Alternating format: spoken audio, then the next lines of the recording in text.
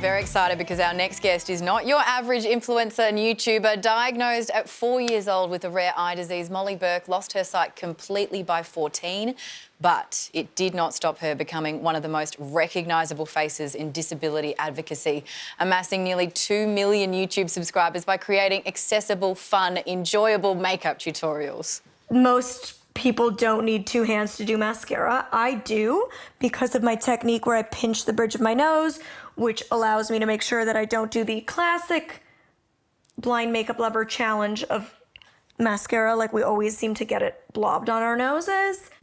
I'm taking note. Makes sense. Please welcome Molly Burke. Yes, thank you. Now, Molly, you are so very known for your makeup tutorials. I've just gone down the biggest rabbit hole. It's addictive watching them. How do you go about doing your makeup?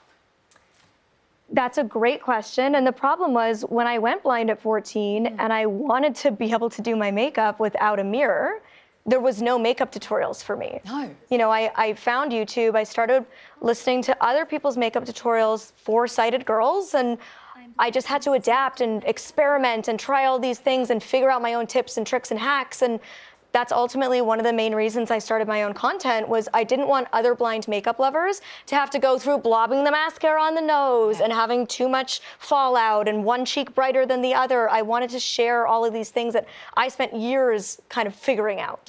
Now, this might seem like an ignorant question, but not only are you on YouTube, you also have a big social media presence as well. I would feel that things like Instagram in particular are very visual medium. How does that work for you? Are there other ways that you can access it to help it be a little bit easier for you to use? Well, I've definitely trained my algorithm that if you're showing me like a video with just music or visuals, I'm swiping away. So it doesn't even bother showing those to me anymore. But there are things that I encourage people to do to make their content more inclusive, more accessible. Things like using camel case hashtags, which means you're capitalizing the first letter in the multi-word hashtag so that a screen reader user like me can still read the hashtags. Doing things like adding alt text, which is an image description, so that when I'm scrolling with a screen reader, it describes what the image is to me, so I'm included in that conversation. So there's lots of little ways that I try to encourage people to become more inclusive with their content. What are some of the common misconceptions that you're kind of faced with as being, because you are a blind makeup artist, essentially?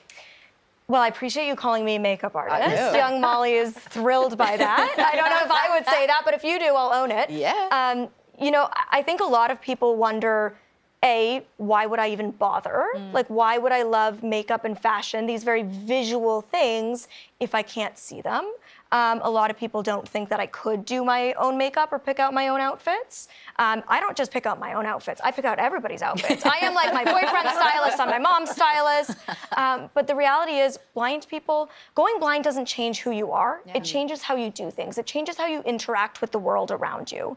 And so I just had to adapt. When I lost my vision, I still loved makeup and fashion, so I figured it out. But I want to live in a world where blind people don't have to figure it out themselves, right? Like, I want to encourage brands to take on that ownership to make their products more inclusive from the beginning. So I don't have to be the one putting Braille labels on my products, wrapping elastic bands around them, doing all of these little hacks, tactile bump its, organizing my vanity so perfectly that I don't lose anything.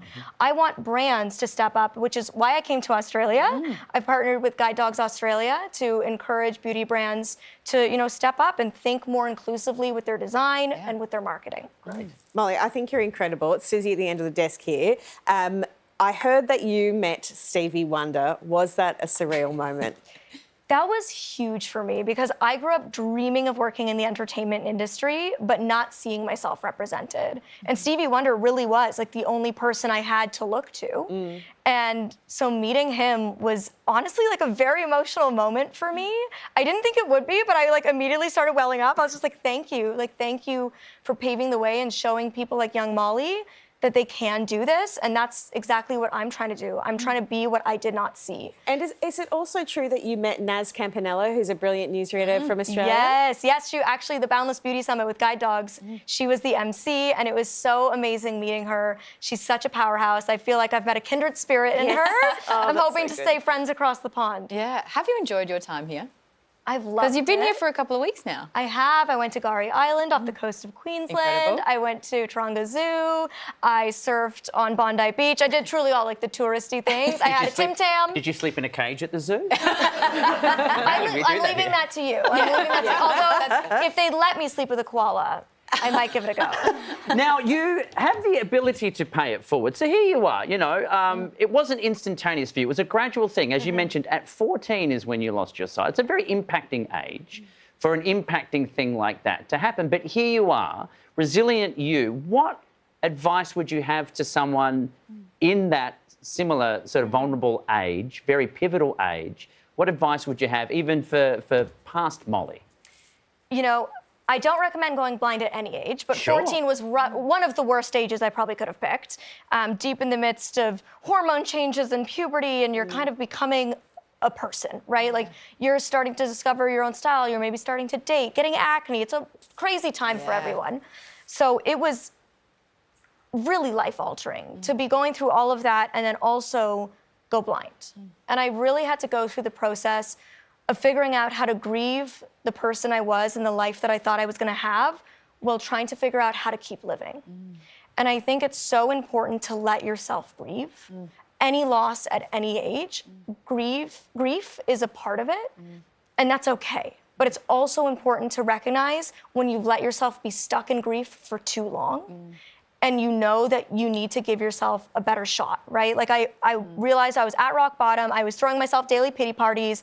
I was depressed. I was suicidal. And I thought, I don't want to live like this forever. Yeah. And I have two options. Like I can either choose to leave this world or I can choose to give myself one more chance. And I gave myself one more chance, and this is where I am today. It is incredible. And you are a beautiful, shining example of what a life can be. Like a phoenix from the ashes. It's amazing, and thank you for being on the show tonight. And if you want to hear more about Molly's life, you can read her memoir, which is available for pre-order now, or go see her in person. She's hanging out at the zoo. She's having a great time. Please thank Molly Burke.